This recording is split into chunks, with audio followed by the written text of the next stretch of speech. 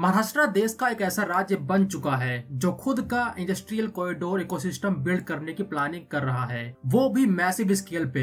अभी के टाइम पर mostly Delhi Mumbai industrial corridor या अमृतसर दिल्ली कोलकाता इंडस्ट्रियल कॉरिडोर की बात होती है, जिसको सेंट्रल गवर्नमेंट मैसिव फंडिंग के साथ बिल्ड कर रही है। इस मेगा प्रोजेक्ट में जापान का एक क्रिटिकल रोल है, लेकिन महाराष्ट्र एक स्टेट के तौर पे अब खुद के इंडस्ट्रियल कॉरिडोर्स को डेवलप करने वाला है। अब इसमें सबसे बड़ा नाम निकल के आया है नागपुर मुंबई इंडस्ट्रियल कॉरिडोर, जिसका एंड पॉइंट होगा वाधवन डीप सी पोर्ट, एक ऐसा पोर्ट जो न सिर्फ इंडिया का बल्कि दुनिया के सबसे बड़े पोर्ट्स में शामिल होने वाला है। तो आखिर ये मैसिव कॉरिडोर काम कैसे करेगा और महाराष्ट्र अपने किस लॉन्ग टर्म विजन को ध्यान में रखकर इतने बड़े स्केल पर इंफ्रास्ट्रक्चर में इन्वेस्ट कर रहा है, आज इस वीडियो में हम इसी ग्रैंड विजन और इंजीनियरिंग मार्वल को डीपली समझेंगे।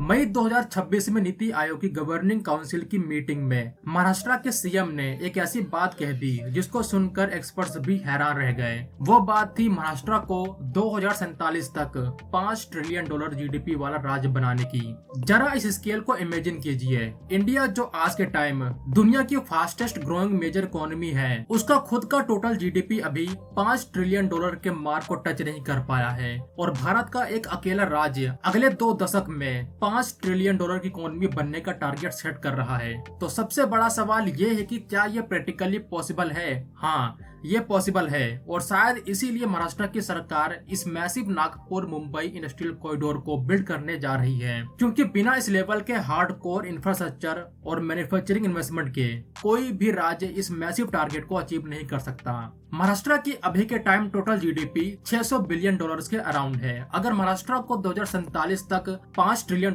के पास पहुंचना है, तो इस स्टेट को लगातार 10 से 12% की कंपाउंड एनुअल ग्रोथ रेट से ग्रो करना होगा। एक आम इंसान को ये ग्रोथ रेट अनरियल लग सकती है, लेकिन दुनिया में इसका एक बहुत बड़ा और सक्सेसफुल एग्जांपल पहले से मौजूद है। चाइना का सबसे बड़ा और इंडस्ट्रियलाइज्ड प्रोविंस है गुआंगडोंग। आज के टाइम इस अकेले प्रोविंस की जीडीपी $2 ट्रिलियन को भी क्रॉस कर चुकी है। अगर हम हिस्ट्री देखें तो 2001 से लेकर 2020 के दौरान गुआंगडोंग प्रोविंस की ग्रोथ रेट लगातार डबल डिजिट में रही थी। यहाँ तक कि कुछ साल ऐसे भी थे जहाँ इसने 12 से 14% की स्टैगरिंग ग्रोथ रेट हासिल की थी। गुआंगडोंग ने यह सब कैसे किया? उन्होंने मैसिव स्पेशल इकोनॉमिक जोन बनाए, वर्ल्ड क्लास पोर्ट्स डेवलप किए और अपने स्टेट को एक मैन्युफैक्चरिंग और एक्सपोर्ट पावर हाउस बना दिया। महाराष्ट्र बिल्कुल उसी ब्लूप्रिंट को फॉलो कर रहा है। सर्विस सेक्टर और आईटी से आप रिच बन सकते हैं, लेकिन एक मेगा इकोनॉमी बनने के लिए हैवी मैन्युफैक्चरिंग और सीमलेस लॉजिस्टिक्स नेटवर्क का होना बहुत जरूरी है। अगर हम डीपली एनालाइज करें तो अभी के टाइम महाराष्ट्र का मेजॉरिटी जीडीपी कंट्रीब्यूशन सिर्फ एक छोटे से हिस्से से आता है, और वो है मुंबई मेट्रोपॉलिटन रीजन और पुणे के आसपास का इलाका। एमएमआर स्टेट का फाइनेंशियल इंजन जरूर है, पर यही महाराष्ट्र की सबसे बड़ी कमजोरी भी बन चुकी है। मुंबई और पुणे अब ओवर क्राउडेड हो चुके हैं। वहाँ रियल एस्टेट और लैंड एक्विजिशन की कॉस्ट इतनी ज्यादा है कि कोई भी नई मैन्युफैक्चरिंग कंपनी वहाँ अपने मैसिव प्लांट सेटअप नहीं कर सकती। पूरा विदर्भा और मराठवाड़ा रीजन इकोनॉमिक डेवलपमेंट की रेस में पीछे छूट गया था। इसलिए स्टेट गवर्नमेंट कोशिश कर रही है कि इस इकोनॉमिक कंसंट्रेशन को डाइवर्सिफाई किया जाए, और इस मिशन में सबसे बड़ा रोल निभाएगा नागपुर मुंबई इंडस्ट्रियल कॉरिडोर। अभी के टाइम इस कॉरिडोर का सबसे बड़ा और क्रिटिकल प्रोजेक्ट ऑपरेशनल है, जिसका नाम है समृद्धि महामार्ग। यह सिर्फ एक वर्ल्ड क्लास सुपर एक्सप्रेसवे नहीं है, यह एक इकोनॉमिक कैटलिस्ट है। यह एक्सप्रेसवे महाराष्ट्र के ईस्टर्न एक्सट्रीम नागपुर को वेस्टर्न कोस्टल एरिया मुंबई से डायरेक्टली कनेक्ट करता है। पहले जिस सफर में 16 से 18 घंटे लगते थे, अब वो आधी रह गई है, लेकिन एक्सप्रेसवे सिर्फ पहला कदम था। महाराष्ट्र का असली प्लान है 701 किलोमीटर लंबे एक्सप्रेसवे के दोनों तरफ एक मैसिव इंडस्ट्रियल इकोसिस्टम खड़ा करना। समृद्धि महामार्ग के बनने के बाद महाराष्ट्र गवर्नमेंट का अगला लॉजिकल और सबसे एम्बिशियस प्रपोजल है इस पूरे रूट को एक डेडिकेटेड इंडस्ट्रियल कॉरिडोर में बदलना। लेकिन एक एक्सप्रेसवे और एक इंडस्ट्रियल कॉरिडोर में जमीन आसमान का फर्क होता है। एक इंडस्ट्रियल कॉरिडोर का मतलब है कि हाईवे के पैरेलल पावर ग्रेड का जाल, high capacity water pipeline, gas pipeline और ऑप्टिकल फाइबर नेटवर्क का एक सीमलेस फ्लो होना।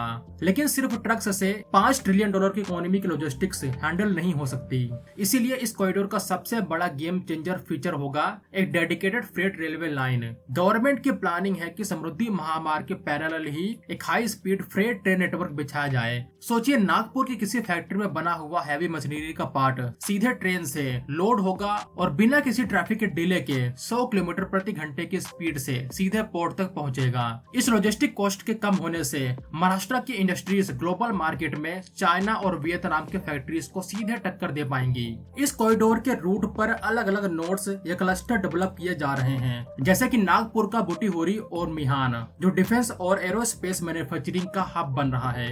उसके आगे अमरावती में टेक्सटाइल मेगापेड बन रहा है, जिससे विदर्भा के कॉटन फार्मर्स को डायरेक्ट बेनिफिट मिलेगा। फिर आता है छत्रपति संभाजी नगर, जहां औरंगाबाद इंडस्ट्रियल सिटी डेवलप हो रहा है, जो DMIC का भी पार्ट है। ये पूरे क्लस्टर्स मिलकर चेन रिएक्शन क्रिएट करेंगे, जहां रॉ मटेरियल से लेकर फिनिश्ड गुड्स तक सब कुछ इस एक सिंगल स्टेट लाइन पर बनेगा।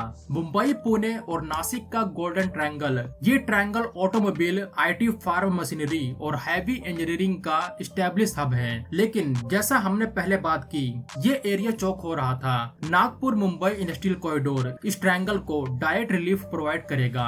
अब पुणे की ऑटो कंपनीज अपने वेंडर पार्क्स और एंसिलरी यूनिट्स आगे जलना या छत्रपति संभाजी नगर में शिफ्ट कर सकती हैं। नासिक का डायरेक्ट कनेक्शन अब ईस्टर्न महाराष्ट्र से हो जाएगा। इस कॉरिडोर की वजह से ये गोल्डन ट्रायंगल अपने आप को एक्सपेंड कर पाएगा और स्टेट के इंटीरियर पार्ट्स तक इसकी वेल्थ और अपॉर्चुनिटीज का स्पिल ओवर इफेक्ट जाएगा।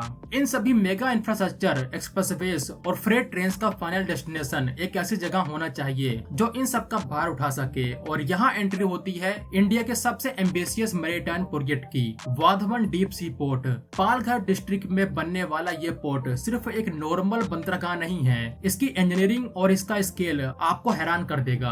अभी इंडिया का सबसे बड़ा container port Jawaharlal Nehru port trust है, लेकिन JNPT की एक नेचुरल लिमिटेशन है, इसका ड्राफ्ट यानी पानी की गहराई, जो लगभग 14 से 15 मीटर है। आज के time global shipping companies massive mega ships बना रही हैं, जो एक बार में 24,000 TEU कंटेनर्स कैरी कर सकती हैं। इन जायंट शिप्स को पार्क होने के लिए कम से कम 18 से 20 मीटर का ड्राफ्ट चाहिए होता है, जो इंडिया के वेस्टर्न कोस्ट पर मोस्टली मिसिंग था। इसी वजह से हमारे बड़े कंटेनर्स पहले कोलंबो या दुबई जाते थे और वहां से छोटे शिप्स में इंडिया आते थे, जिससे हमारा वक्त और पैसा दोनों बर्बाद होता था। वाधवन पोर्ट इस पूरी कहानी को बदल देगा। ये एक नेचुरल डीप वाटर पोर्ट है, जहां 20 मीटर का ड्राफ्ट इजीली अवेलेबल है। इसका मतलब है दुनिया के सबसे बड़े कार्गो शिप्स अब डायरेक्टली महाराष्ट्र के इस पोर्ट पर डॉक कर सकेंगे। वाधवन डायरेक्टली नागपुर मुंबई कॉरिडोर और वेस्टर्न डेडिकेटेड फ्रेट कॉरिडोर से जुड़ा होगा। जब ये ऑपरेशन में आएगा तो ये port India, middle east, Europe economic corridor के लिए गेटवे टर्मिनल की तरह काम करेगा। मिडिल ईस्ट से आने वाला सारा ट्रेड वाधवन पर उतरेगा और इस फ्रेट ट्रेन नेटवर्क के जरिए पूरे इंडिया में और खासकर नागपुर तक कुछ ही घंटों में डिस्ट्रीब्यूट हो जाएगा। ये एक गेम चेंजर है जो महाराष्ट्र को ग्लोबल सप्लाई चेन का एपिसेंटर बना देगा। अगर महाराष्ट्र को 2047 तक $5 ट्रिलियन की मेगा इकोनॉमी बनना है तो उन्हें सिर्फ प्लान्स नहीं बल्कि एग्जीक्यूशन की स्पीड बढ़ानी होगी। समृद्धि महामार्ग से शुरू हुआ ये सफर अब एक मैसिव इंडस्ट्रियल और मैरीटाइम इकोसिस्टम में ट्रांसफॉर्म हो रहा है। नागपुर मुंबई इंडस्ट्रियल कॉरिडोर महाराष्ट्र के आने वाले कल का ब्लूप्रिंट है, एक ऐसा ब्लूप्रिंट जो बता रहा है कि कैसे एक स्टेट अपने जियोग्राफी, अपनी लॉजिस्टिक्स और अपनी पॉलिटिकल विल का यूज करके दुनिया का सबसे एडवांस रीजन को टक्कर दे सकता है। आपको क्या लगता है, क्या इस मेगा प्रोजेक्ट के दम पर महाराष्ट्र 2047 के पहले अपने $5 ट्रिलियन के टारगेट को हासिल कर पाएगा, या फिर आपको लगता है इंडिया में और भी स्टेट्स हैं जो इस टारगेट को महाराष्ट्र से पहले हासिल कर लेंगे? कमेंट सेक्शन में अपने थॉट्स जरूर शेयर करना। वीडियो पसंद आए तो लाइक करें, शेयर करें। अगर आप नए हो तो चैनल को सब्सक्राइब जरूर कर लेना। तो मिलते हैं अगले वीडियो में, तब तक के लिए जय हिंद दोस्तों।